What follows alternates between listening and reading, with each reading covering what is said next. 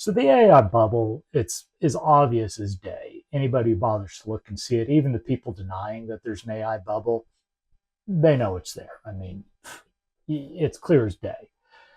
And the fun piece, though, is you'll hear people going, well, yeah, it's a bubble, but it's not like the dot-com bubble was. This is totally different. No, it's exactly the same. So I'm Jake Watkins, and this is my channel where I resist niching down to just one topic. I talk about whatever I want to talk about. The algorithm can eat a bag of. But in this case, I want to talk about AI, and in particular the AI bubble. So this isn't really programming stuff like usual, like I'd like to talk about more of. But anyway, bear with me. So usually I just flip on my camera and start running my mouth. This time, yeah, I've known for a long time. I've been wanting to shoot this for a while. And, my gut has been, this is just like the dot-com bubble. And, I wanted to talk about it. I was like, okay. So I did research. I actually took the time to really kind of dig in on what all is going on. And the more I looked, I was like, holy, it really is the dot-com bubble all over again. So we're going to start off with, so what is the dot-com bubble? Usually you get these economists, they talk about, oh, they laid fiber and they blah, blah, blah, blah, blah. No. Unfortunately, and much to my chagrin, the South Park kids got it perfectly right. So here we go. I don't get it. You see, phase 1, collect underpants. Phase 2, phase 3, profit. What they're getting at here is this. During the dot-com bubble, all of these companies, these startups, went out and it was get all the users you can. And, they give them either free service or it was heavily subsidized service. And magic would happen and profits. That really, the underpay, unfortunately, I don't like South Park, but they nailed that one. I just can't argue with it. And this is the AI companies, all of them, to a T. And we'll start off with, I'm going to pick on my favorite villain, Mr. Altman. Why should we trust you? You shouldn't. This is the only thing that I think he's been honest about. People should take him at his word there. But what really set me off was this clip here. We have made a soft promise to investors that once we've built this sort of generally intelligent system, basically we will ask it to figure out a way to generate an investment return for you. He says that like it's so clever and like, oh, look at me. Haha, we're going to build AGI and we'll ask it how to make revenue. And they're going to put ads in what? So it just gets, and so okay, it gets worse. So leaked documents, or maybe they said this, but I think it was leaked, that in this internal thing they talk about, oh, by 2029 we're going to make $100 billion. Let's do some simple math here. $20 is their plus plan. So that's $240 a year. $100 billion in 2029 would mean they need to sell 400 million plus plans. Yeah, sure, there's the $200 super, hey, I'm a crypto bro plan, but not many people buy that. The $20 plan, that is what they really sell. Netflix has around 200 million subscribers. 400 million people are going to subscribe to ChatGPT. Really. 800, there's 8 billion people, so, okay, not really. Oh, but Jake, you foolish, naive software developer. They're going to sell enterprise agreements. That's where they're going to make their money. Okay, I know something about this. My 30 years of software development was mostly consulting, and part of that was working for Microsoft Consulting Services. Microsoft Consulting Services, when it existed, apparently got nuked a while ago. We were out in the field with Microsoft Sales, and Microsoft Sales used us to help sell their enterprise agreements because we'd come in and help make sure strategic projects using Microsoft technologies succeeded. And what it worked out like was this. The Microsoft salesperson showed up at a company and said, "Gee, howdy. I see that you have 1,000 people that need PCs that run Windows and have Office. Pay us $50 a seat and we'll set you up." Now, along with that $50 a seat, they also got Windows Server to run Active Directory. They'd buy Exchange servers for their email, and there'd be some SQL servers to run their line of business apps, which MCS would show up with partners like Software Architects or Accenture, and we help them develop their line of business app to do whatever it is that they needed done. And Microsoft made enough money that they got hit with an antitrust suit. Winning! So that is what all of these AI companies want to do. The OpenAI winged ape or the Anthropic winged ape flies into the business and looks around and goes, "Hey, I see that you have 1,000 people sitting at their desks. They need ChatGPT. Pay us $20 a month and they can use our latest models." Cool, except small problem here. Companies were happy, really, they were happy to pay that enterprise agreement to Microsoft because putting Office in front of people actually made a profit for the company buying it. They didn't buy it and lose money. They bought it because it increased productivity.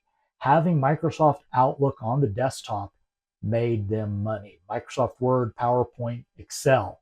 My God, Excel actually. Microsoft Office should just be called Microsoft Excel, and everything else just kind of slipped in behind. The number of companies that run even today on Microsoft Excel is ridiculous.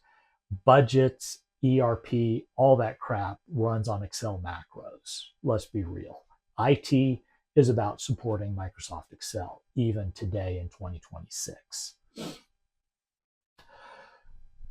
Problem for the AI guys is every neutral study, so Harvard, MIT, Stanford, they've gone out and studied, and they keep coming back saying, the AI projects are failing to succeed in actually delivering the value that was promised. The AI productivity has yet to actually materialize. So the company sits down and gets ready to write that check, and they're like, "Wait, just a second.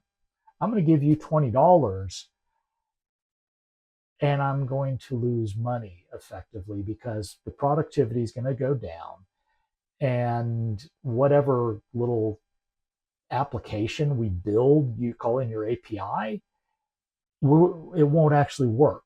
So why am I writing this check?" So they've not answered that question really. They honestly have not. But it doesn't stop there. So the studies say this is no good, and it doesn't get any better. So pay attention to the wording here. $100 billion in revenue. Revenue is not profit. That's just money coming in. Today, apparently, every dollar that these AI companies bring in, and this is OpenAI and Anthropic, probably includes XAI, the stuff Microsoft is doing inside of Azure, the stuff AWS is doing, the stuff that Google's doing. Most likely, for every dollar they make for AI services, they lose $2. 2 for 1. Winning? No. So they claim that this is going to go down. But what's the evidence? What's their evidence? They're saying that, well, inference is going to get cheaper. Hold on to that thought. So headlines say that they're going to spend, there's like $1 trillion for this Stargate project to build data centers. The data centers. The problem is the data center projects are starting to run into issues. So the first issue is electricity. And happens to be the easy one. So the problem is they build the data center, and United States, a little criticism here of us Americans. We're dumb. We built this wonderful nation, roads, bridges, waterways, all of our stuff. We don't invest in basically maintaining this stuff and upgrading it. Well, that electrical grid that those data centers need, those data centers use a lot of electricity. They talk about one data center using the electricity of a mid-size city for a data center. And our decrepit old grid that we built back in the 40s and 50s is struggling to deliver the power to these things. Okay. So the solution, like I said, this is the easy one. What our tech bros are going to do is they're investing in energy companies, and their plan is, well, we'll just build a power plant next to our data center. And because it takes so long to connect a power plant to the grid, we'll just connect the data center straight to the power plant and skip the middleman. Boom, problem solved. But it's going to cost a lot of money to do that, right? We're talking, I'm not against this, just to be clear. All the talk about using small modular nuclear reactors, love that. Do it. Wonderful. Spend that money, do that research, develop that technology. Hoorah. But just realize, you just increase the cost of that data center in order to do that. Next thing is, those GPUs, they run hot. I mean, cook pizza. I guess you could just put a Domino's into your data center, but you got to cool the day. Joking aside, you got to cool down your GPU. And they've been using evaporative cooling, which is pissing people off. Clean, fresh drinking water is being used to cool the GPUs. You're ticking people off. So they're going to have to take and develop better tech there. And the tech exists, just needs to be put into production. It's not going to be cheap. Increase in the cost of your data center. Next, noise. Data centers are noisy. The cooling fans, the electricity, that power plant, all of that stuff makes a lot of noise. And I'm sure you've seen the headlines and all like that. Just low hum, people nearby, they're not happy, pissing your neighbors off. Good plan. So they're going to have to address that. And again, this is an engineering problem. It's solvable, but it's going to cost money. You got to build big, huge berms that block the sound and keep it from going to the neighborhood that you built your data center next to. What the hell were you thinking? Or you build your data center out way away from population centers. That also increase your cost because you got to transport everything out there. Next issue. Didn't think I was done yet, did you? Jeez. No. AI server, those GPUs, they have a shorter shelf life. Excuse me. So that compute server that you use in Azure or AWS to run your Azure function or your AWS Lambda function, that Dell PowerEdge server can sit on that rack 5-7 years, hell, maybe a decade. I'm really not sure. They have a pretty good shelf life to go through. They can get funding. They can actually borrow money from banks. But apparently the banks won't loan money for the data centers for AI because the shelf life of that GPU is much shorter. Apparently it's 3 years. Ooh, maybe you could stretch it to 5. You're cheap like me and you'll eke it out a little longer, little masking tape, WD-40, but it's a shorter thing. So that $10,000 H100 GPU that you put in 2027, you're probably going to have to start planning to replace it in 2030. That's going to be expensive. And when you've done, I have no idea how many GPUs are in a single data center, but it's a lot. Think about that number, okay? We're talking millions upon millions upon millions of dollars having to repeatedly be spent to replace and keep that data center operational. You're increasing your costs again. The next thing is the politics. People they are annoyed to find out that their tax money is being used to build roads, improve the water system and the power grid just for that data center. It gets worse because then they find out that their asshole mayor and governor made a sweetheart deal with these scammers to get that data center built. And so that data center's not paying any property tax. And oh, by the way, the sales tax, they don't pay that either. So all the stuff that they buy, the millions and millions and billions that they're spending, no sales tax. So the state doesn't collect anything. Your school gets nothing for this. And the employment, well, the data center doesn't actually need that many people. I mean, the techs, software developer, this is where I work. I don't have to go to that data center. I mean, most of my Azure stuff is hosted in the US West data center. Sorry, I live in Texas. So the data centers that they're building in West Texas and down outside of Austin and stuff, the people who will actually be putting workloads, they can be anywhere in the world. They don't have to live there. So we taxpayers are footing the bill for this. Well, those deals are getting quashed. Okay, people are protesting, and politicians don't have spines, so they fold pretty easy. And those deals get canceled, and new deals get made, and they're not nearly so sweet. Price of your data center just went up. Cost of inference just went up. So when does this bubble burst? Honestly, I have no idea. Gut says probably later this year or 2027. It's hard to tell.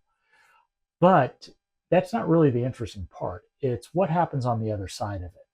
So when the dot-com bubble burst, it was ugly, but we recovered. And what came next was great. And in fact, we got even more .com as a result. People actually figured out how to use the tools, and the growth was wonderful. Thing is, with this AI bubble bursting, the infrastructure piece is not going to be as pretty. Those data centers, as I just said, those GPUs don't last forever.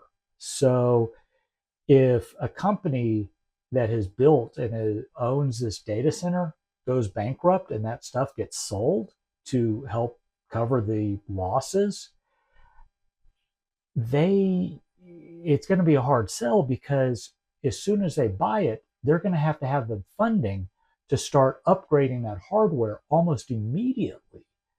That's going to be a really tough hurdle to clear. Now, on the other side, 3, 2, 1. So that $100 billion of revenue. From what I'm seeing, none of that's going to be profit.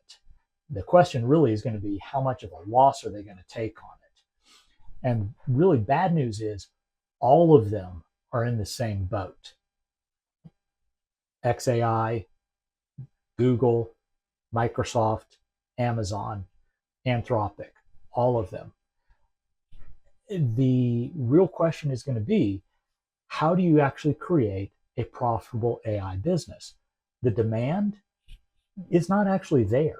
Yes, OpenAI makes their claim about how many millions of users they have using their service, but the number who are actually paying is very few. And even when you get down to it, asking ChatGPT for a cupcake recipe, that's not sustainable. That's not profitable business activity. And so the question is, and so when the bubble bursts, I think the real engineering will start happening, and people will begin looking at how to actually use AI in ways that make sense beyond just creating chatbots. And even this agent stuff that everybody's so excited about, it's not the answer. So this has been a trip for me to put together. If you've made it this far, I really appreciate it. I honestly feel like in this, I've barely scratched the surface. I wish I was better at this YouTube game and could edit better, because there's a lot of things that I've not even explored yet, painting a picture that's really kind of bleak. But at the same time, here, don't get me wrong, I'm actually extraordinarily excited about what this technology represents and its potential. So I hope you'll hang out. I hope that if you made it this far, you'll give me a like and a subscribe, and you'll come back and watch my other videos. In fact, this is me talking about peptides, and this is me talking about, oh wait, finger here, me talking about my AI workflow. So anyway, I'm going to say have a good evening, and hope you'll come back for my other videos. Keep the shiny side up. I need to figure out how to close these videos. It's really difficult. I could go on and on and on. Bye.